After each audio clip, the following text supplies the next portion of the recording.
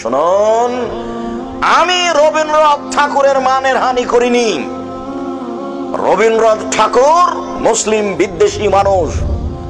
মানুষ যখন বিপদে ঠাকুর তখন বিলাতে, মুসলিম যখন বিপদে ঠাকুর তখন বিলাতে। ঠাকুর বলে যে ঢাকা বিশ্ববিদ্যালয়তে কি হবে, ওরা বাংলা অক্ষর চিনে না, বেটারা বিশ্ববিদ্যালয় বানায়, ওটাকে কাবা ঘর বানাও, এটা ঠাকুরের কথা। ঠাকুর বঙ্গভঙ্গের বিরুদ্ধে 25 লাইনের কবিতা লিখেছিল। ওমা তোমার আকাশ তোমার বাতাস আমার প্রাণে বাজায় বাঁশি। ওমা তোমার আকাশ তোমার বাতাস, যতবার ঠাকুর বলছে তোমার আকাশ তোমার বাতাস, ততবার ঠাকুর তার মা কালিমাকে বলছে ওমা তোমার আকাশ তোমার বাতাস। তাই আব্দুর রাজ্জাক বিন ইউসুফ বলেছেন তোর বাপের আকাশ। আমি ঠাকুরের মানের হানি করিনি।